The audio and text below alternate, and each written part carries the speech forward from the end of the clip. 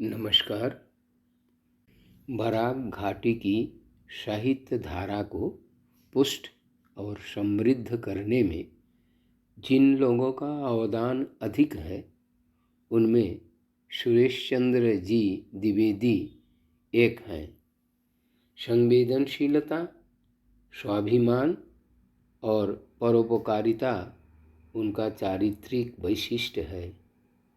अध्ययन मनन के साथ निष्ठायुक्त भाव से अपने कर्मों को त्रुटिहीन एवं रुचिशील रूप में उपस्थापन करने में सदा तत्पर रहते हैं। बौद्धिक विचार के साथ साथ सामाजिक एवं राजनैतिक क्षेत्र में भी वे अपना विचार बेपरवाह भाव से प्रस्तुत करते हैं। अपना धर्म, अपनी भाषा, अपने सोच पर उनकी आस्था दृढ़ है। समाज में व्यभिचार, अनाचार, अत्याचार का घोर विरोध करते हैं। पिछड़े समाज, दलित वर्ग, श्रमिक श्रेणी के अधिकार और सम्मान दिलाने में द्विवेदी जी महान भूमिका निभाते आए हैं। कवि की रचना में उसकी मानसिकता, भाव के साथ अन्य अनेक कुछ व्यंजित होते हैं। रचना ही रचनाकार का परिचय है। सुरेश जी का जन्म तारीख अभिज्ञान पत्र अनुयायी 1 मई है। उनके जन्म दिवस के अवसर पर उनकी लंबी आयु, सुंदर स्वास्थ्य, सृजनशील क्षमता की कामना करते हैं। उनकी सक्रियता से घाटी का साहित्य एवं समाज जीवन मर्यादापूर्ण होता रहेगा। बालार्क प्रकाशन की ओर से द्विवेदी जी को हार्दिक अभिनंदन। कवि को सम्मान देना है तो उनके रचना, पाठ, आलोचना, प्रचार जरूरी है। इस बात को ध्यान में रखते हुए यहाँ उनकी कुछ कविताएं प्रस्तुत की जा रही है। आशा है आप सबको अच्छा लगेगा। धन्यवाद। नमस्कार, मैं रीता सिंह हमारे क्षेत्र के कवि, साहित्यकार और समाज सेवी श्री सुरेश चंद्र द्विवेदी जी हैं, जिनकी कविता का पाठ मैं करूंगी। कविता का नाम है प्रकाश पर्व दीपावली। दानवता पर मानवता की श्री राम ने विजय श्री पाई। सवंश लंकेश रावण को विनाश लीला तक पहुँचाई। माँ सीता बंधन से मुक्त हुई, जग में खुशहाली छाई। अवधपुर निवासियों के रोम रोम में अनुपम खुशी समाई। तब सीता लक्ष्मण हनुमान सहित राम वाहिनी पुष्पक से अवध पधारी। पुरजनों ने सप्रेम दीप जलाकर सादर आरती उतारी। हर घर आंगन पथ दीप जले, मंगल कलश तोरण पताका मन भाए। रानी माताओं ने दीप माला सजाई। आज प्रिय पुत्र और कुलवधू घर आए। आलोक सज्जा में राम टोली का स्वागत, भव्य था अति पावन और महिमाशाली। मर्यादा पुरुषोत्तम का प्रत्यागमन दिवस, धन्य धन्य हुआ बन ज्योति पर्व दीपावली। यह पर्व है तम के नाश का, दिव्य पुनीत प्रकाश का। भारत का यह दर्शन है त्याग, विजय का निदर्शन है। यह पर्व है प्रिय मिलन के अभिलाषा का, गौरवमय इतिहास का। यह संस्कृति का दर्पण है, परम प्रेममय समर्पण है। धन्यवाद। मैं बाबुल नारायण कानू श्री सुरेश चंद्र द्विवेदी जी की कविता, जिसका शीर्षक ही है कविता, उसे मैं पाठ करने जा रहा हूँ। प्रिय कैसे रच पाऊं सुंदर कविता, जिसका मूल जल रहित हो उसे कैसे खिलाए सविता। जो पंछी पंखहीन ओ क्या उड़ पाए गगन में, मरुस्थल भी हाय कैसे बदल जाए उपवन में। सुधांशु की आभा ज्योतिर्मय करती जो जल थल को, क्या कभी जीत पाई है अमावस के तमोबल को। कुछ बीज महीरु बन नापते नभ की ऊंचाई को, कुछ बनकर तीन पद लुंठित सहते जग की हंसाई को।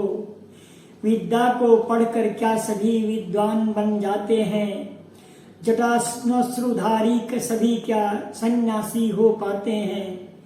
सूर्य स्वयं ही तेज पुंज है, ज्योति को फैलाता है। सागर भी स्वतः विशाल रूप में धरती पर लहराता है। प्रकृति भी स्वयंभू है, विधि की विचित्र गति है। गज को लगे अंकुश जैसे, कुछ मानव को भी लगी यति है। धन्यवाद। नमस्कार, मैं श्रीमती राजकुमारी मिश्रा आप लोगों को एक कविता सुनाने जा रही हूँ। उसका नाम है अनंत यात्रा। इसके कवि हैं सुरेश चंद्र द्विवेदी जी। तमसावृत नभ को चीर, जगमगाती अरुण बाल किरण, बिखरता आकाश सुनहरा, खिल उठते सरोवर सतदल, घिर आती काली घटा, ढकना चाहती प्रकाश पुंज, पर कहाँ टिक पाती है, छलक पड़ती बनकर जल, घुटन अंधेरों को भेद, फूटता आशा ज्योति पुंज, हो जाता हृदय आलोकमय, शुरू होती यात्रा दिगंत, निराशा के बादल मंडराते, लीलना चाहते दुर्गम पथ, सिहर उठता तन मन भयार्थ, पर उसे कौन रोक पाता है, जिसकी गति हो अखंड अनंत। धन्यवाद। नमस्कार, मैं प्रियंका द्विवेदी बराक घाटी के वरिष्ठ कवि मान्यवर सुरेश चंद्र द्विवेदी जी की कविता का पाठ करने जा रही हूँ। कविता का शीर्षक है हलाहल।